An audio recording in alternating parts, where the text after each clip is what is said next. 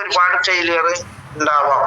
തുടക്കത്തിൽ ഈ ഈ പറഞ്ഞ കോണ്ടാക്ട് ആൻഡ് ഇൻവിറ്റേഷൻ ചെയ്യുമ്പോൾ നമുക്ക് ഒരുപാട് ഫെയിലിയറുകൾ ഉണ്ടായിരിക്കാം. പക്ഷെ അത് നമ്മൾ ക്രമേണ ചെയ്ത് നമ്മളിത് പ്രാക്ടീസ് ചെയ്തുകൊണ്ട് മുന്നോട്ട് പോകുകയാണെങ്കിൽ നമുക്ക് ഇതിൽ ഒരുപാട് റിസൾട്ട് ശരിയായ രീതിയിൽ നമുക്ക് റിസൾട്ട് എടുക്കാനായിട്ട് സാധിക്കും.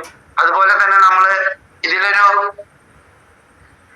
പാരന്റ് ബേസ്ഡ് നമ്മളൊരാളെ പ്രസന്റ് ചെയ്യുമ്പോൾ നമുക്ക് അപ്രോച്ച് ചെയ്യുന്ന സമയത്ത് പാരന്റ് ബേസ്ഡ് അപ്രോച്ച് നമുക്ക് 3 അപ്രോച്ച് ചെയ്യാം.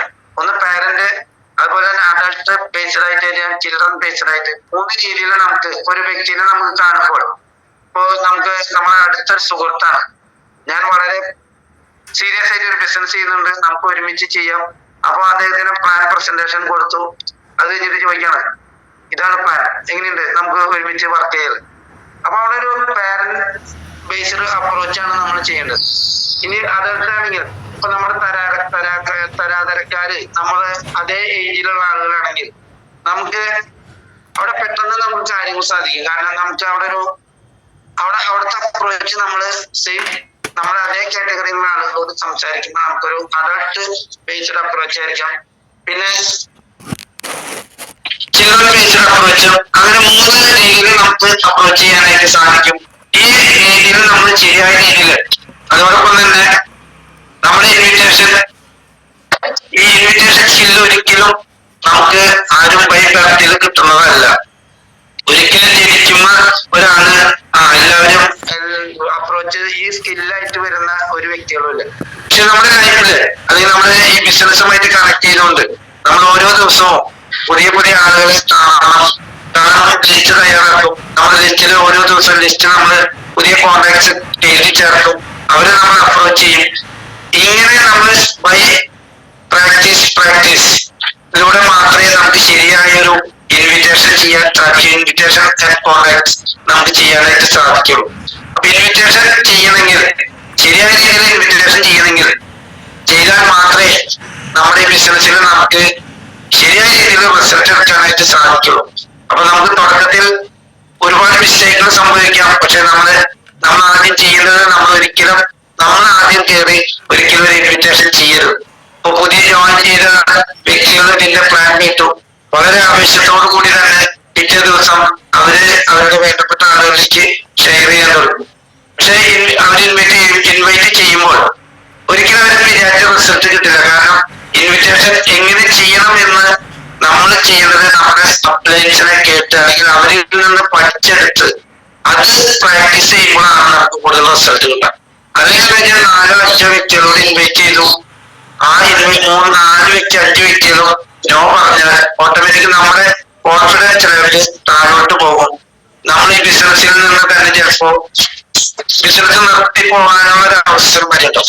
അപ്പൊ ഒരിക്കലും നമ്മുടെ ഈ ബിസിനസ്സില് നമ്മുടെ അപ്ലൈ ലീഡേഴ്സിൽ നിന്ന് എങ്ങനെ ഒരാളെ ഇൻവൈറ്റ് ചെയ്യണം, അതിന് എന്തൊക്കെ കാര്യങ്ങൾ ശ്രദ്ധിക്കണം. ആദ്യത്തെ ഒരു 3-4 ഇൻവിറ്റേഷൻ നമ്മുടെ ലീഡേഴ്സിന്റെ കൂടെ ഇരുന്ന് ചെയ്ത് പഠിച്ചിട്ട് വേണം പിന്നീടാണ് നമ്മൾ സ്വയമായിട്ട് ചെയ്യാൻ തുടങ്ങുന്നത്. അപ്പൊ ഈ ഇൻവിറ്റേഷൻ വളരെ പ്രധാനപ്പെട്ട കാര്യങ്ങളാണ്. ഇൻവിറ്റേഷനിൽ ഞാൻ നേരത്തെ പറഞ്ഞ പോലെ തന്നെ വളരെയധികം ശരിയായ രീതിയിൽ നമ്മൾ ഇൻവിറ്റേഷൻ നടത്തുകയാണെങ്കിൽ നമുക്ക് ഈ ബിസിനസ്സിൽ, കാരണം ഇതിന്റെ ഏറ്റവും 4 പേജസിലെ ലിസ്റ്റ് ബിൽഡിംഗ് കഴിഞ്ഞു കഴിഞ്ഞാൽ പിന്നെ കോൺടാക്ട് ഇൻവിറ്റേഷൻ ആണ്. ഇത് ഞാൻ നേരത്തെ പറഞ്ഞ പോലെ ആക്ഷൻ പാർട്ടാണ്. ആക്ഷനിൽ വരുമ്പോഴാണ് നമുക്ക് നമ്മുടെ ആക്ഷൻ എത്രയുണ്ടോ അതിനനുസരിച്ചായിട്ടും ആക്ഷൻ എത്ര നല്ല രീതിയിൽ ചെയ്യുന്നോ അതിനനുസരിച്ചായിരിക്കും നമ്മുടെ റിസൾട്ടും വരും. അപ്പൊ ആക്ഷൻ ശരിയാകണമെങ്കിൽ നമ്മൾ ശരിയായ രീതിയിൽ ലിസ്റ്റ് ബിൽഡ് ചെയ്ത് ആ ലിസ്റ്റിലുള്ള ആളുകളെ ശരിയായ രീതിയിൽ അപ്രോച്ച് ചെയ്ത് അവർക്ക് ശരിയായ രീതിയിൽ പ്ലാൻ പ്രസന്റ് ചെയ്ത് അതിനുശേഷം ഗെറ്റിംഗ് സ്റ്റാർട്ട് ചെയ്യുമ്പോഴാണ് നമ്മുടെ ബിസിനസ്സിൽ നമുക്ക് സക്സസ് ഉണ്ടാവും. അപ്പൊ ശരിയായ രീതിയിൽ ഇൻവിറ്റേഷൻ നടത്തണമെങ്കിൽ ലിസ്റ്റ് ഉണ്ടാവണം. ലിസ്റ്റിലുള്ള ആളുകൾ ശരിയായ രീതിയിൽ സ്ക്രിപ്റ്റ് വെച്ചിട്ട് നമ്മൾ അവരെ ഇൻവൈറ്റ് ചെയ്യണം. ഇൻവൈറ്റ് ചെയ്ത് കഴിഞ്ഞാൽ അവരെ അപ്രോച്ച് ചെയ്യണം.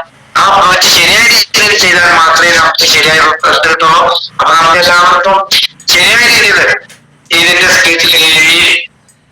ഇൻവിറ്റേഷൻ അപ്രോച്ച് അത് കോണ്ടാക്ട് ചെയ്യാനായിട്ട് എല്ലാവർക്കും സാധിക്കട്ടെ. അപ്പൊ ഇത്രയും കാര്യങ്ങളാണ് ഈ ഒരു ഇതിൽ ഞാൻ പറയുന്നത്. അപ്പൊ നമുക്ക് ഒരിക്കലും നമ്മൾ ഒരിക്കലും ഇൻവിറ്റേഷൻ അപ്രോച്ച് അല്ലെങ്കിൽ കോൺടാക്ട് ചെയ്യരുത്. കാരണം പുതിയതായിട്ട് വന്നാണെന്നും ഈ ഇന്നത്തെ മോർണിംഗിൽ അറ്റൻഡ് ചെയ്യുന്നുണ്ടാവാം. അപ്പൊ അവര് പ്ലാൻ കേട്ടു, വളരെ എക്സൈറ്റഡ് ആയി. അങ്ങനെ നാളെ മുതൽ തന്നെ ഞാനവിടെ ഇറങ്ങാം. ലിസ്റ്റ് ഉണ്ടാവില്ല, ശരിയായ രീതിയിൽ ഇൻവിറ്റേഷൻ ചെയ്യുന്നത് എങ്ങനെയാണെന്ന് അറിയില്ല, എങ്ങനെ അവരെ കോൺടാക്ട് ചെയ്യുന്ന അറിയില്ല. അപ്പൊ ഇതൊന്നും അറിയാതെ ബിസിനസ് ചെയ്ത് കഴിഞ്ഞാൽ ഒരിക്കലും ബിസിനസ്സിൽ വിജയിക്കാൻ സാധിക്കും. അപ്പൊ ഞാൻ നേരത്തെ പറഞ്ഞപ്പോൾ നമ്മുടെ വീട്ടിൽ നടക്കുന്ന ഒരു ഫംഗ്ഷന് വിളിക്കുന്ന അതേ രീതിയിൽ നമ്മൾ ഒരിക്കലും നമ്മുടെ ചെറിയ ബിസിനസ് മേഖലയായുള്ള ബിസിനസ്സിൽ നമ്മൾ കണക്ട് ചെയ്ത് നമ്മൾ ചെയ്യുമ്പോൾ വളരെ പഠിച്ച് തന്നെ ചെയ്യേണ്ട ഒരു കാര്യമാണ് ഈ ഇൻവിറ്റേഷൻ കോൺടാക്ട് ആൻഡ് ഇൻവിറ്റേഷൻ. വളരെ പഠിച്ച് ചെയ്യേണ്ട ഒരു മേഖലയാണ്. അപ്പൊ ഇത് നല്ല രീതിയിൽ നമുക്ക് എല്ലാവർക്കും ചെയ്യാൻ സാധിക്കട്ടെ എന്ന് മാത്രം പറഞ്ഞുകൊണ്ടും എനിക്ക് ഇങ്ങനെ ഈ ഒരു അവസരം തന്നതിന് വലിയ ടീമിന്റെ എല്ലാ ലീഡേഴ്സിനോടും ഒരിക്കൽ കൂടി നന്ദി പറഞ്ഞുകൊണ്ട് ഞാൻ നിർത്തുകയാണ്. Thank you. Wish you best.